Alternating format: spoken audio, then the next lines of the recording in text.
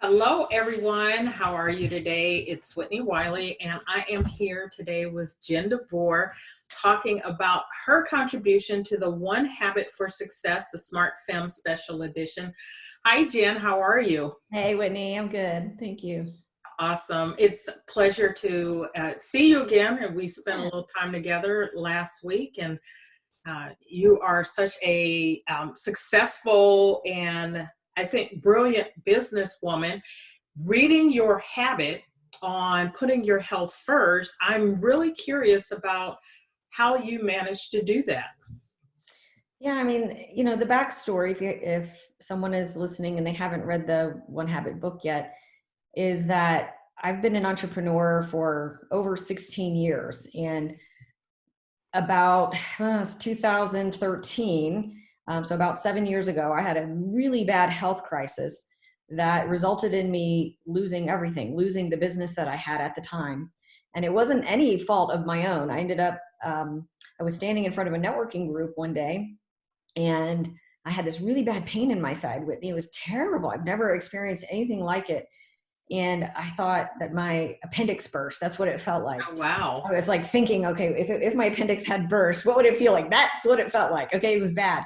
So I packed up my stuff, I put down my laptop, and I drove myself to the emergency room. And when I arrived at the emergency room after a series of tests, the doctor sits down on the side of the bed and he looks at me and says, "Jen, you have a tumor."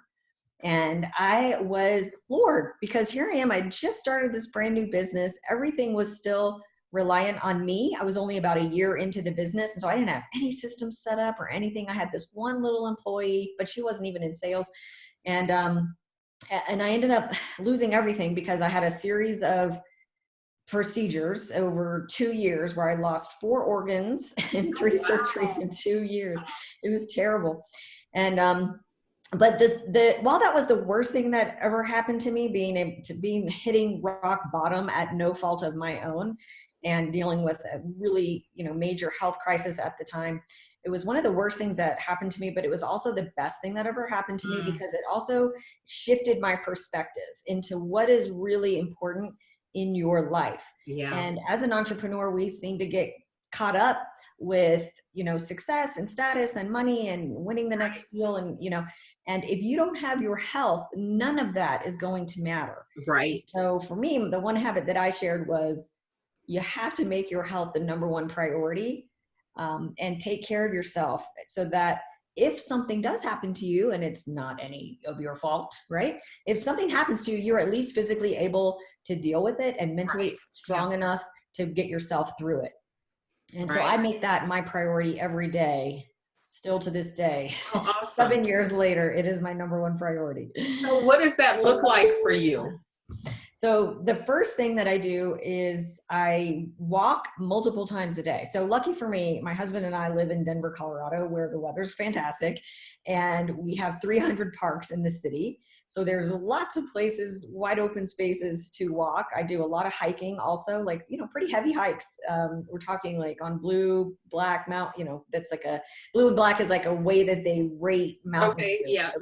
So we do some pretty heavy hiking. I also do Pure Barre, which is an exercise based on ballet. So barre classes. So I do Pure Barre a couple times a week. I actually just did it this morning from home. I've set up a little barre studio right behind my computer. So that's what's important to me, and that's what works for me. Okay. Also just eating healthy, making sure that the food that you're putting in your body is going to fuel you. Especially as entrepreneurs, we're reliant on ourselves. That's it. Right. We're usually the only person that we can depend on, really. And so if you're not taking care of yourself, physically and mentally and spiritually in all those different ways, your business is going to suffer. So do you have a routine that you use, like when you get up in the morning or before you go to bed at night, or you just get it in where you fit in? No, I have built my entire life around a routine. My husband laughs at me. He says I'm a little old lady with my routine because I don't stray from it. So every morning, I wake up at the same time every morning, usually 7 o'clock because my dog wants to go out, potty outside, right? So 7 o'clock, we wake up, I take the dog out. And then the first thing that I do is have a smoothie.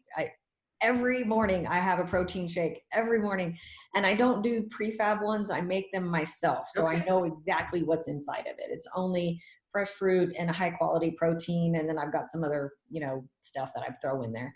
I also take a series of vitamin supplements every day, every morning and every evening without fail. I try not to forget. If I do forget, then, I double up the next day. But starting my day with a smoothie and vitamins and supplements, that really helps. And then I kind of stole this from Tony Robbins. He talks about going on a power walk to get your body. When Right. you can get your body in motion, your mind will follow. Right. If you Right. wake up and you're stuck and you don't feel motivated, don't worry about trying to feel motivated. Just get up and Just move. get Right? move. Just get up and Right. move and put your Exactly. tennis shoes on. So I always, I'm like, if you laugh, you'd laugh if you saw my feet right now. I have my tennis shoes on always.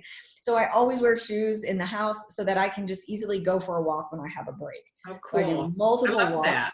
Yeah, multiple walks, movement, protein shakes, vitamin supplements.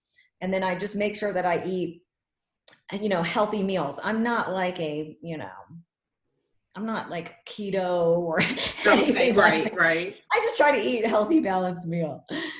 Cool. So you mentioned Tony Robbins. No cold plunges in your life, though. No, I've never done any of that stuff. Yeah. Cool. So on the other side, you had as your unhabit it was not putting work first, right? So it's really just the flip side of the same coin about your health. But how do you stop work and not put work first when you're in the middle of maybe a large project? Or how do you find a way to not let work overtake your life? What works for me is time blocking. Okay. And my day is planned out, my week is planned out way in advance.